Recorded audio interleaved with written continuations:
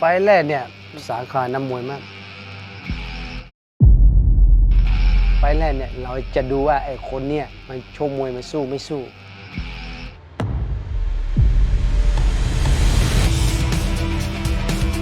จิตใจคือสำคัญที่หนึ่งใจที่พร้อมใจที่กล้าใจที่สู้มันถึงจะไปต่อได้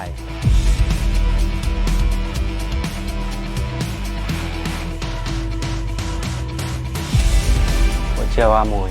จะทำให้ชีวิตผมและครอบครัวจะดีขึ้นรู้สึกฮึกเหิมมันมีพลังในการที่จะต้องชนะให้ได้เอาชนะกลับบ้านให้ได้อะไรเงี้ย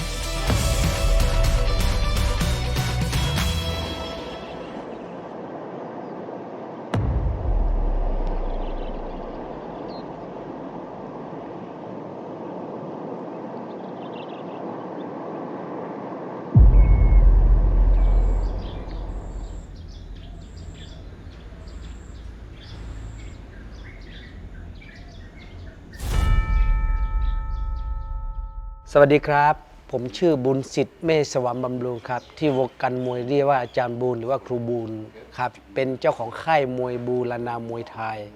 ตั้งอยู่ที่จังหวัดเชียงใหม่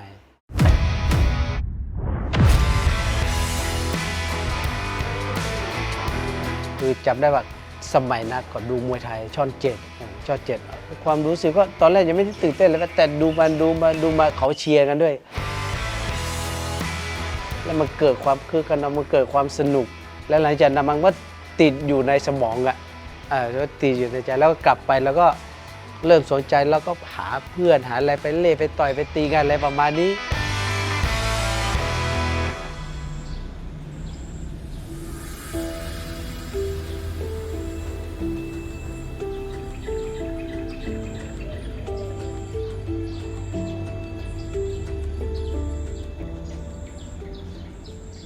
พี่ต่อยไฟล์แรกนี้พี่ตื่นเต้นไหม ตื่นเต้นดิ พี่คิดว่าไฟล์นี้ผมจะทำได้ไหม ไฟล์แรกเนี่ยสาขาน้ำมวยมากแต่ว่าไฟล์แรกเนี่ยเราจะดูว่าไอ้คนเนี่ยมันโชว์มวยมันสู้ไม่สู้วันนั้นเป็นไฟล์แรกตื่นเต้นมากครับไม่มีอาวุธอะไรครับสมัยนั้นก็ไม่เป็นมวยอะครับแบบถ้าเป็นเมื่อก่อนก็เรียกว่ายน้ำก็ใส่ว่ายน้ำอย่างเดียวก็ไปอย่างเดียวเลย แค่นั้นเลยไม่มีอาวุธอื่นเลยครับอาวุธแรกที่ผมใช้ในการชกครั้งแรกส่วนมากตอนนั้นจะเป็นเตะมากกว่าครับฝึกซ้อมตอนแรกเขาก็สอนให้เราเตะอย่างเดียวครับแล้วก็จำมาครับแล้วก็ไปใช้บนเวทีแล้วก็คือกล้ามเนื้อมันจำเลยไงพี่ผมก็เวลาไปชกจริงมันก็ต้องแบบใช้ตามนั้นที่เขาสอนมาครับไฟล์แรกเนี่ยสำคัญนะครับเพราะว่าถ้าเกิดว่าไฟล์แรกชนะได้เรามีประสบการณ์ที่ดีมันก็จะทำให้กำลังใจเราดีไปด้วยเพราะไฟล์ต่อๆไปเราก็จะทำได้ดีแต่ถ้าไฟล์แรกเราแบบยังตั้งใจไม่พอยังสู้ไม่ชนะมันก็อาจจะทำให้ไฟล์ต่อๆไปของเราเนี่ยมันกดดันขึ้นมันอาจจะท้อได้ครับไฟล์แรกคือไฟล์ที่จดจำของนักมวยมากที่สุดถือว่าเป็นจุดที่ตื่นเต้นที่สุดและก็เป็นไฟล์ที่จะนำไปสู่การพัฒนาต่อไฟล์แรกคือการที่เราสะสมทักษะแล้วก็ฝึกซ้อมอย่างเต็มที่แต่จุดสุดท้ายก็คือจิตใจของตัวนักมวยเองนะครับเป็นสำคัญเลยว่าพร้อมขนาดไหนณตอนนั้น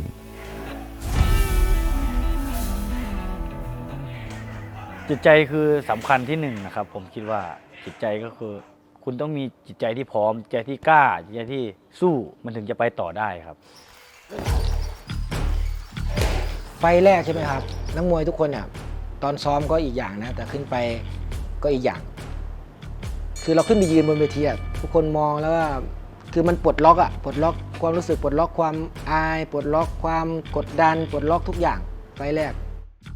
เหมือนเด็กบ้านนอกทั่วไปสมัยก่อนก็ซ้อมกันเองตามลานดินมีกระสอบใบเดียว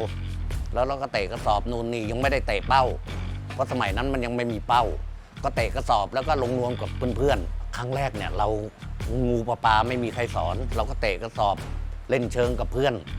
จนเริ่มเข้ามาอยู่พัทยาเราก็ซ้อมตามสเต็ปของค่ายแต่ละค่ายก็คือเริ่มแรกก็จะโดดเชือกหรือไปวิ่ง วิ่งเสร็จกลับมาซ้อมลมเสร็จก็เตะเป้าเสร็จเตะกระสอบ นักมวยแต่ละคนไม่เหมือนกัน บางคนพรสวรรค์ไม่เท่ากันบางคนชอบต่อย บางคนชอบเตะ บางคนชอบเข่าก็คือซ้อมก่อน ซ้อมตามทางค่ายทางเทรนเนอร์เขาสอนส่วนเรื่องชกเป็นอีกเรื่องหนึ่งครับ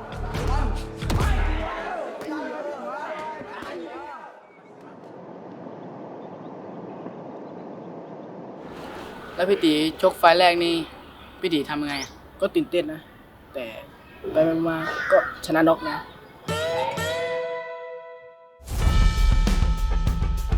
เตรียมตัวก็ที่บ้านเนาะที่บ้านมันก็มีค่ายเล็กๆมันก็ไม่มีเวทีหรอกครับมันก็มีแค่กระสอบใบหนึ่งเป้าเตะกระสอบเตะเป้าแค่นั้นมันก็ไม่ได้แบบเตรียมตัวอะไรเยอะแยะเพราะว่าไฟล์แรกทุกคนไม่ได้คาดหวังอะไรกับเราอยู่แล้วเขาคาดหวังให้เราแบบว่าผ่านความกดดันผ่านประสบการณ์เขาไม่ได้คาดหวังอะไรกับเราอยู่แล้วไฟล์แรกแค่ว่าอยากให้เราแบบสัมผัสบนประสบการณ์บนเวทีให้เราจำแล้วก็กลับลงมาแล้วก็ไฟล์ต่อไปเราก็จะเบาขึ้น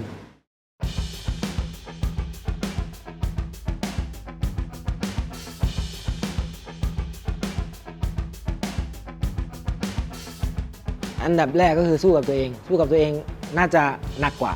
เพราะว่าเราต้องซ้อมแล้วก็เราต้องขึ้นไปต่อยกับข้อที่2ก็สู้กับคู่แข่งก็คือเขาก็ซ้อมมาเหมือนกันแต่ทีนี้ว่าความเก่งความไม่เก่งมันไม่เท่ากันดูที่ว่าใครซ้อมเยอะกว่าใครพรสวรรค์มีมากกว่าอันนี้ครับบนเวที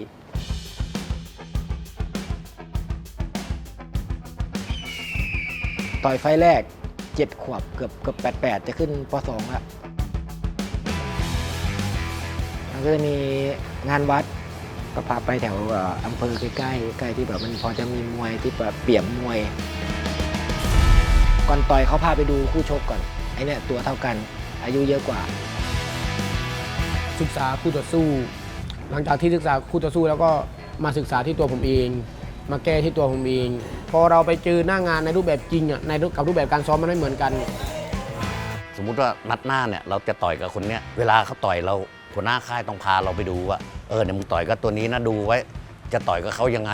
ที่เราชนะเขาได้เพราะว่าเราแก้ไขปัญหาเฉพาะหน้าได้ดีกว่าคนอื่นเขาเวลาคู่ต่อสู้เตะมาเนี่ยหัวหน้าจะมาสั่งไม่ทันเราต้องหาวิธีเองลูกเนี่ยเขาถึงบอกว่าเป็นลูกแก้ไขเฉพาะหน้าบนเวทีอ่านสถานการณ์ข้างบนเวทีหลังจากที่เราซ้อมมามันอีกจุดหนึ่งเพราะว่าคู่ต่อสู้ก็ซ้อมมาเหมือนกันคู่ต่อสู้ก็ต้องป้องกันเราเหมือนกันแต่ตัวผมจะไปแก้อีกทีก็คือบนเวที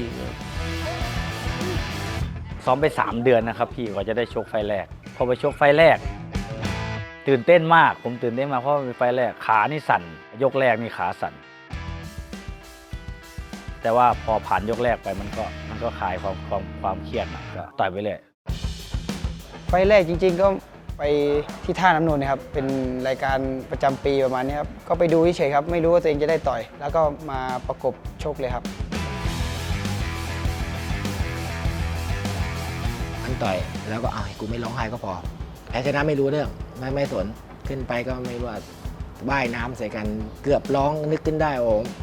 ถ้าร้องแม่ด่าก็เลยแบบไม่ร้อง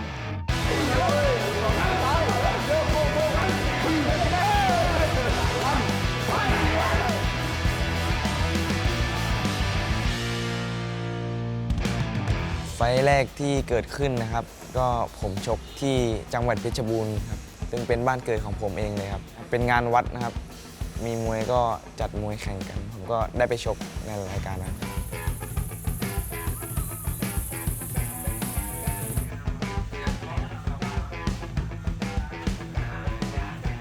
โอกาสแรกของแตมคือพ่อให้ต่อย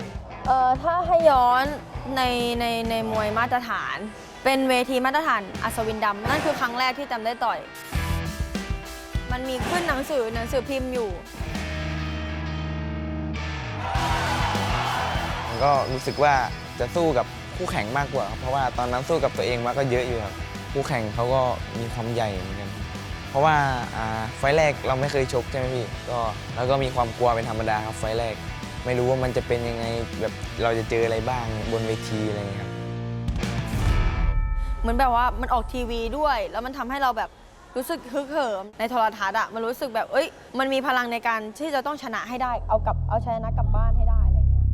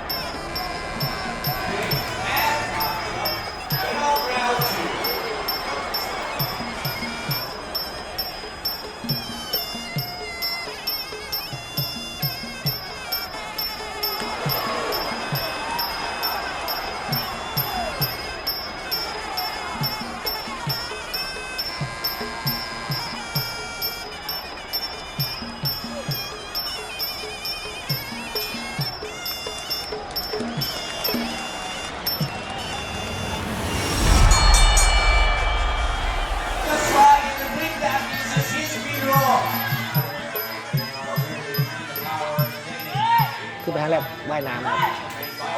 คือเราไม่รู้วิธีต่อยอะไรยังไงเราก็ใส่เลยว่ายน้ำใส่เขาเราให้ซ้อมมาแค่ไหนขึ้นไปต่อยจริงๆก็ว่ายน้ำเหมือนเดิม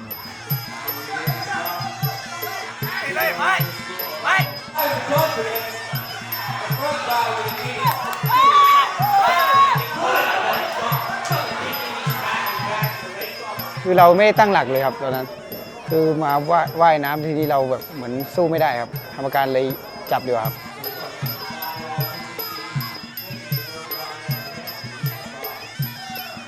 ชกก็ต้องใจสู้นะ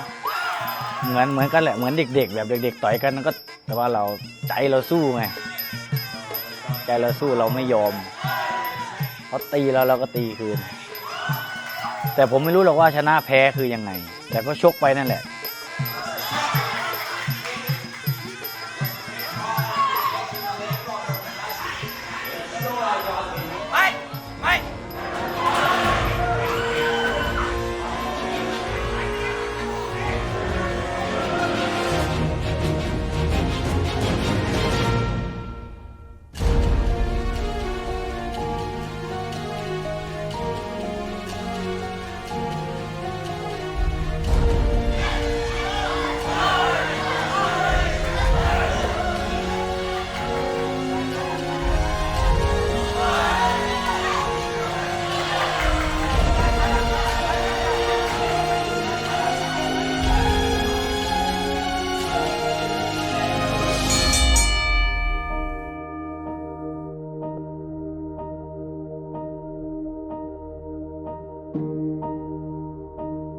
แพ้เราไม่ได้สนใจเลยไอ้แพ้เอาชนะใจตัวเองเราชนะเราได้ตังค์จากญาติๆกินขนมไปโรงเรียนเรารู้สึกโอ้โหดีรู้สึกดีได้ตังค์อยากต่อยต่อ ไฟล์แรกวันนั้นก็ได้ออกอาวุธก็ใกล้เคียงกันครับพี่แต่ว่าทางด้านคู่ต่อสู้นั้นเขาจะตัวใหญ่นะครับเขาก็เข้าวงในปั้มล้มเขาก็ได้คะแนนตรงนี้ไปนะครับตอนนั้นไม่ได้คิดอะไรนะครับเพราะว่ารู้สึกว่าลงมาจากเวทีแล้วมันรู้สึกตอนนั้นผมไม่เจ็บตัวนะครับเพราะว่าตอนเด็กๆชกกันอาวุธมันไม่หนักนะพี่เจ็บตัวไม่ค่อยเยอะก็ลงมาก็รู้สึกสนุกครับพี่เฮ้ยแบบอยากชกต่ออะไรเงี้ยมันสนุกดีได้เงินด้วยอะไรเงี้ยครับได้ 200 ครับ 200 ครับก็เพราะเงิน 200เนี่ยครับก็เลยเห็นเป็นเงินที่สูงครับเด็กก็ไม่เคยได้ถือเงินแล้วครับก็ไฟนั้นก็ได้เยอะก็เลยตั้งแต่นั้นก็ชกมาเรื่อยๆครับ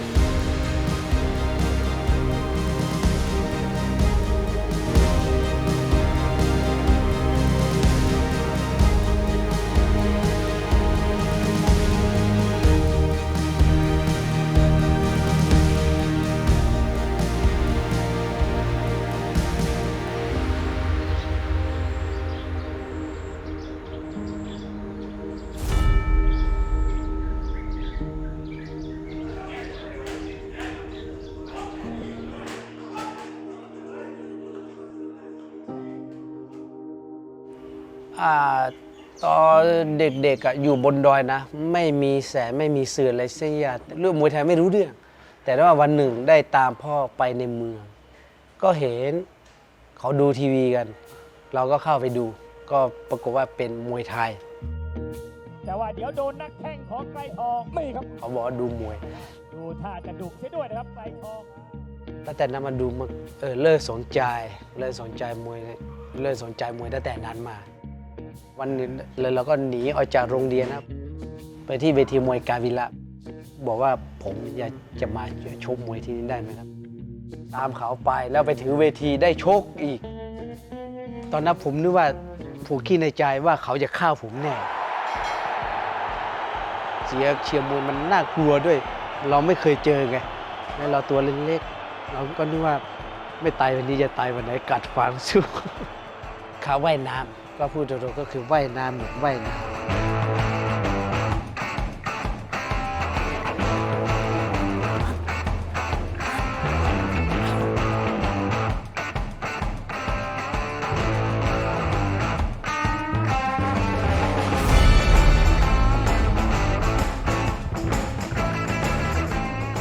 ที่ฝานสูสู่กับมวยไทยตอนนี้ก็คือยังมีค่ายมวยเป็นของตัวเองแล้วก็ยังมีนักมวยแชมป์เวทีมาตรฐานมวยดาวอยู่ในค่ายก็ทำเลิกจะทำแบบแต่ต้องรอสักปี 2 ปีน่าจะมีนะตอนนั้นเราก็มีเพจบูรณาดัง เพราะว่ามีนักมวยตัวอย่างเจริญเงินเจริญสุขโชคมาแล้วก็เราก็ปล่อยโซเชียลแล้วก็มีโคติดตามมากขึ้นเยอะคือเด็กด้อยพวกนี้ติดตามมากขึ้นตอนนั้นนักมวยก็เลิกทยอยเข้ามาและหนึ่งในนั้นนำสุข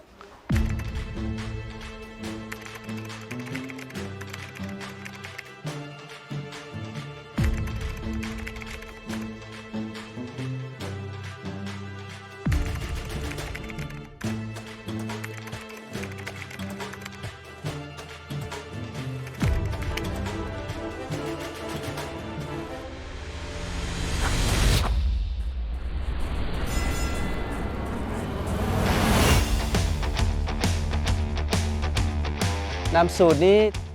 มาอยู่ตอนนี้ดูเลยยังไม่ถึง 2 ปีนะมันติดต่อมาทางเพจนำสูตรก็แชทมาข้อความมาบอกว่าอย่ามาชมมวยครับ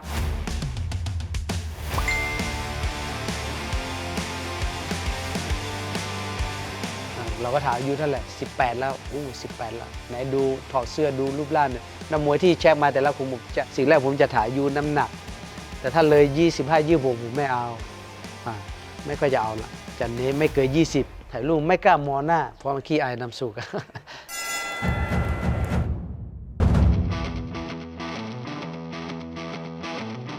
นาสุบุรณามวยไทยครับตอนนี้อยู่ที่ค่ายบุรณามวยไทยครับเห็นคีดในเพจก็เลยตามมาในเพจครับแต่เต้นเดทแล้วประมาณ10 ขวบครับช็อต7ครับก็เห็นพี่ๆโชว์ครับก็เลยชมบ้างครับเทครับยาวทีวีครับ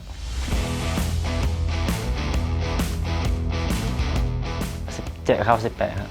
ทางงานครับทางงานในเชียงใหม่เลยครับเห็นในเพจครับก็เลยตามมาก็บอกถามเรื่องนั้นนามแล้วก็ส่วนสูงแล้วก็เลยมา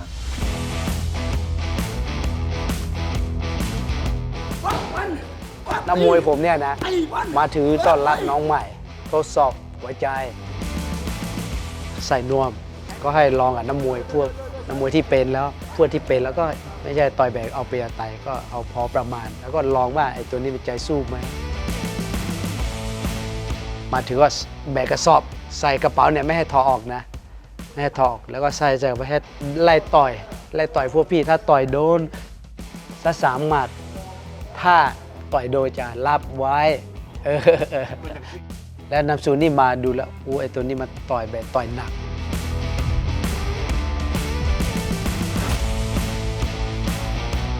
แบบมันไม่เป็นหรอกมันมาใช้หัวไหล่ทิ้งม้วนอะไรต่อยโจนักมวยที่มาอยู่ก่อนเนี่ยนะหน้าแดงหน้าโดนไอ้นี่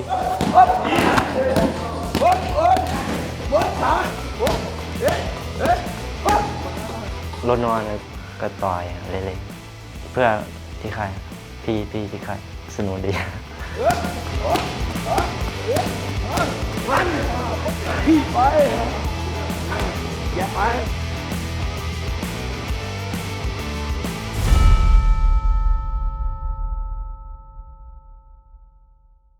ก็คือครั้งแรกก็อย่าให้เด็กคนนี้ไปลองเล่นดู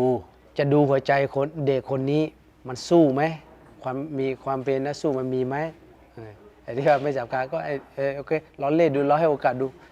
ถ้าแพ้ชนะเราไม่ได้ซีเรียส ไฟแรกตื่นเต้นครับ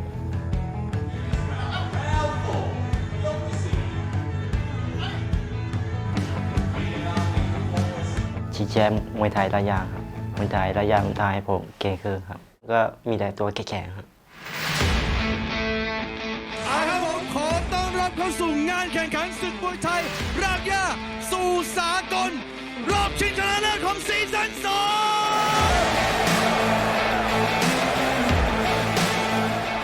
ว่าอาจารย์ครับว่าให้ลองดูครับ โปรแกรมมวยไทยรากหญ้าเนี่ยเขาจะเปิดรับสมัครทุกปี แต่ไปนี่คณะสูนี่โนเนมมากๆเพราะว่าคู่ชกแต่ละคนนี่ไปแชมป์ภาคเหนือก็มีแล้วก็เจอสีเหนือเสือใต้ที่โชคมาเยอะแล้ว เด็กดอยลงจากดอยวันนี้โดนหมัดแล้วโดนแข้ง อุ้ยซ้ายหน้าจับปัดต่อยขวาซ้ายเริ่ม1 2 3 ซื้อด้วยกับปั้นครับทางด้านของนำสุขเดินบี้เข้าไป สนุกเหลือเกินครับคู่แรกเปิดรายการวันนี้ไม่ผิดหวังครับ นาสูยกแรกและยกสองเนี่ยนาสูโดนบวกเพราะนาสูมันจะกิ้งก้างต่อยหมัก ใครจะอยู่หูยตอนนี้เอาแล้วครับตอนนี้ต้องถือว่าน้ำสุกมีตำหนิแล้วครับ ไม่สวยแล้วว่าโดนบวกสองปักร่วม เรียบร้อยครับตอนนี้น้ำสุก นาสูโดนนับแล้วก็น้ำสูเนี่ยโดนนับเขาก็นึกว่าไม่ลุกแล้ว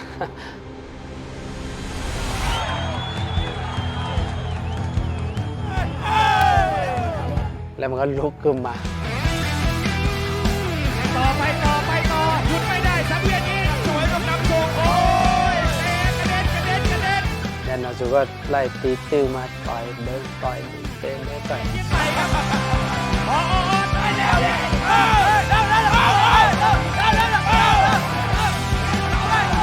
โชคก็เมาโป๊กเกอร์ครับแต่ผมต่อยอาวุธหนักครับ โอ้ตลาดเลยเอามา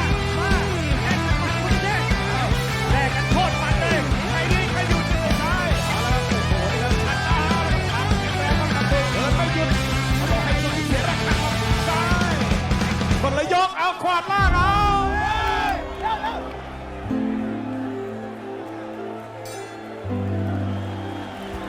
ล้มและลุกได้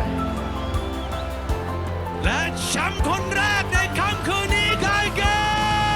มุมแดงกับน้ำสุกบนลานน้ำมวยไทยจากเชียงใหม่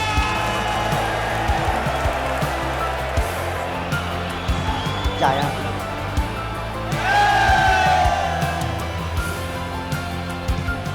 ใช่ครับก็จะลองเรื่อยๆครับก็จะลองเรื่อยๆก็ได้แชร์เฉย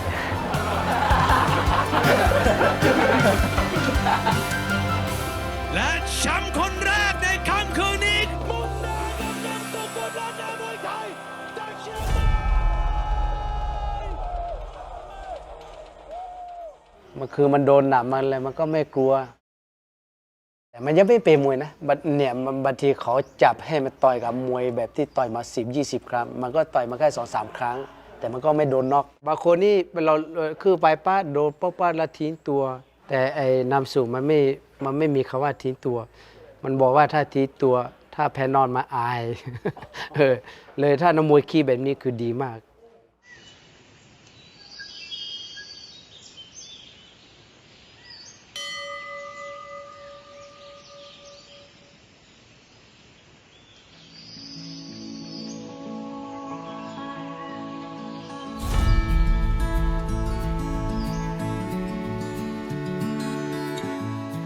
สิ่งที่จะต้องมีในอาชีพถึงจะต้องมีในมืออาชีพหรือมวยอะไรพวกนี้จะต้องมีวินัย ความอดทน ความขยัน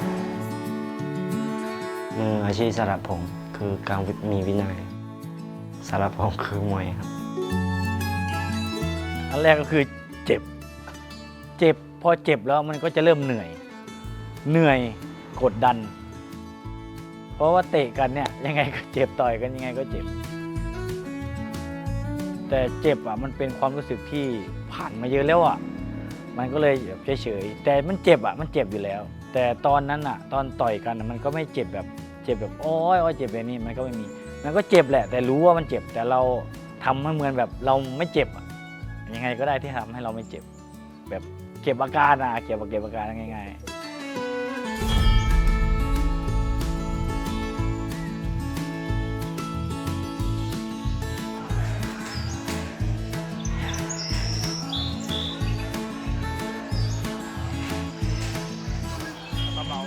ทำไมมวยดังๆขอทำไมต้องให้อยู่แต่ในกรุงเทพ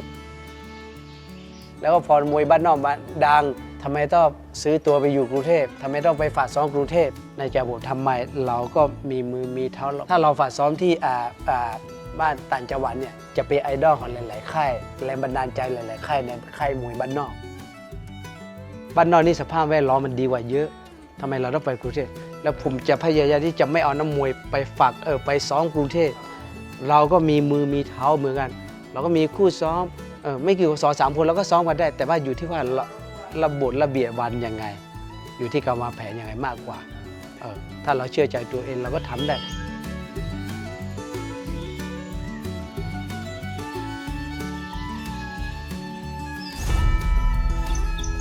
โอ้ดีใจมากเนี่ยแหละของแท้ ก็คือค่ายมันก็คือมันยกระดับค่ายเราให้พิสูจน์เพราะว่าเหลือ1 เดียวในเชียงใหม่ที่เข้าชิงทั่วประเทศแล้วแต่ละภาคเนี่ยอย่างที่มาจากโคราชคนนั้นเก่งมากเก่งมาตั้งแต่เด็กละแต่ก็โดนนำสู่นอกพอเป็นมวยมาต่างกันเราเป็นมวยน้อยกว่าแต่เราได้ลูกหนักลูกทนนำสู่ตอนนี้ชัวร์ตั้งเป้าไว้ว่าอีกสัก1 ปีหน้าเนี่ยต้องเป็นแชมป์เวทีมาตรฐานเส้นใดเส้นหนึ่งแล้วก็ถ้ามีโอกาสก็จะโกนอีกเตอร์ไปต่อยมือนอกซึ่งตรงนี้การกีฬาแห่งประเทศไทยนะครับก็ได้มีวางของมาตรฐานของการจัดการแข่งขันในระดับภูมิภาคนี้ออกมาแล้วก็ได้มีการปูพรมในการที่จะให้ความรู้สำหรับผู้จัดหรือโปรโมเตอร์นะครับในการที่สนับสนุนอุดหนุนนะครับค่ายต่างๆในการที่จะไปจัดการแข่งขันเฟิร์สไฟท์หรือไฟท์แรกของนักกีฬาที่เกิดขึ้นซึ่งการจัดการแข่งขันให้มีไฟท์แรกของนักกีฬามากที่สุดแปลว่านักมวยเรากำลังเกิดขึ้นมากที่สุดด้วยนะครับไปเป็นนักมวยค่ายมาตรฐานต่อไปและเข้าสู่อาชีพนักกีฬามวยต่อไปครับมันให้ทุกสิ่งทุกอย่างนะสมัยก่อนถ้าไม่มาชมมวยเนี่ยตอนเนี้ยน่าจะเป็นได้แค่คนทำงานไปวันๆไม่ได้มีตำแหน่งอะไรน่าจะอยู่บ้านทำสวนทำไร่อะไรประมาณนั้นแต่ตอนนี้เราก็คือว่าเราเข้าวงการมวยเราก็อยู่ในระดับหนึ่ง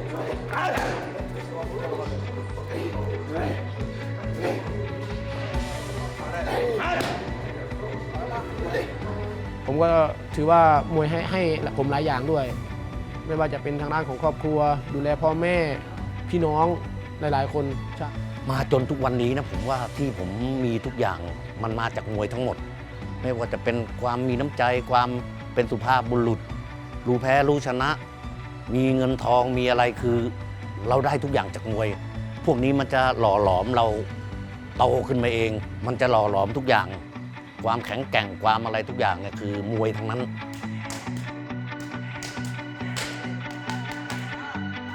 จริงๆผมว่าทุกคนมีโอกาสนะทุกคนมีโอกาสแต่ในที่ตรงนั้นแค่แบบว่าบางคนอาจจะยังไม่ได้รับโอกาสใช่แต่ว่าผมเชื่อว่าสักวันก็ต้องมีโอกาสเหมือนผมครับตอนนี้ก็ยังมีในรายการวันลุมพินีเนี่ยผมเชื่อว่าทุกคนในนี้ต้องมายืนจุดนี้ได้เพราะว่าเขามีความตั้งใจผมได้ไปดูหลายๆครั้งได้ไปดูหลายๆคนด้วยแล้วแบบบางครั้งได้ไปพูดคุยด้วยอะไรด้วยสำหรับที่อยากจะบอกน้องๆครับสิ่งที่สำคัญที่สุดคือความฝันมันสามารถเกิดขึ้นจริงๆแล้วขอให้ทุกคนมีความมุ่งมั่นซื่อสัตย์สิ่งที่สำคัญที่สุดไม่ว่าจะทำอะไรในชีวิตเนี่ยต้องมีความซื่อสัตย์ในอาชีพของตัวเองทุกชีวิตทุกบทบาททุกอายุทุกวันที่ผ่านมามันจะเป็นประสบการณ์ให้เราในชีวิตและเราสามารถเอาไปพัฒนาตัวเองได้ตอนนี้ทางสิ่งที่ผมทำวันแชมเปี้ยนชิพทำและอีกหลายๆโปรโมเตอร์ที่พยายามทำมันเป็นบันไดให้กับน้องๆแล้วนะครับเพราะฉะนั้นให้ทุกน้องเนี่ยมีความฝันอย่าท้อแล้วก็สู้เต็มที่ครับ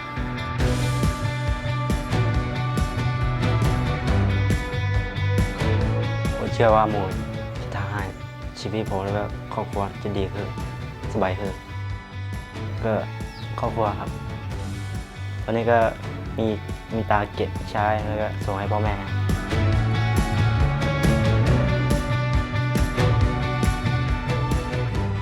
ก็อยากจะบอกนักมวยภูธรแล้วร่ายยากที่ซีซ่าต่อไปเนี่ยถ้ามีโอกาสได้ชกรายการดีๆแบบนี้ค่ารางวัลอะไรมันก็เยอะต้องตั้งใจซ้อมต้องตั้งใจดูซีซ่าที่ผ่านมาชกและดูคนที่แชมป์แล้วเราดูนำสู่เขาโชว์ยังไงเขาไม่ใช่มวยเก่งมวยที่ต่อยมันน้อยมากแต่มันจะสามารถชนะแชมป์ภาคเหนือแชมป์ระดับภาพอ่ะมันจะชนะได้มันไม่มีอะไรที่เป็นไปไม่ได้ขอแค่เราจับจุดตรงนั้นซ้อมยังไงทำยังไงหัวใจเนี่ยสำคัญมากมีมือมีเท้าเท่ากันตั้งใจทำได้แน่นอน